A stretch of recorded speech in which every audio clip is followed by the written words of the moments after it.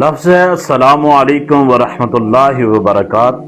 اب اس کی تین صورتیں ہیں۔ پہلی چیز ہے کہ السلام علیکم بولنا جو ہے یہ، یا یوں بندہ بولتا ہے السلام علیکم ورحمۃ اللہ وبرکاتہ، تو اتنا بولنا جو ہے یہ سنت ہے۔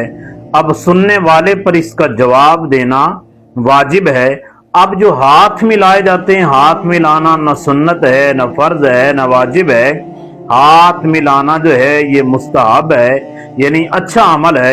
اور آقا کونین صلی اللہ تعالی علیہ وسلم کا فرمان ذیشان ہے کہ اگر کوئی بندہ کسی کے پاس سے 10 مرتبہ بھی گزرتا ہے تو اسے السلام علیکم کہے، تو صحابہ نے عرض کی کہ یا رسول اللہ بار بار گزرنے پر بھی السلام علیکم کہا جائے گا؟ حضور نے فرمایا کہ 10 مرتبہ، ایک روایت ہے کہ 100 مرتبہ بھی گزرے تو تب بھی سلام ضرور کرے۔ تو لفظ ہے السلام علیکم ورحمۃ اللہ وبرکاتہ۔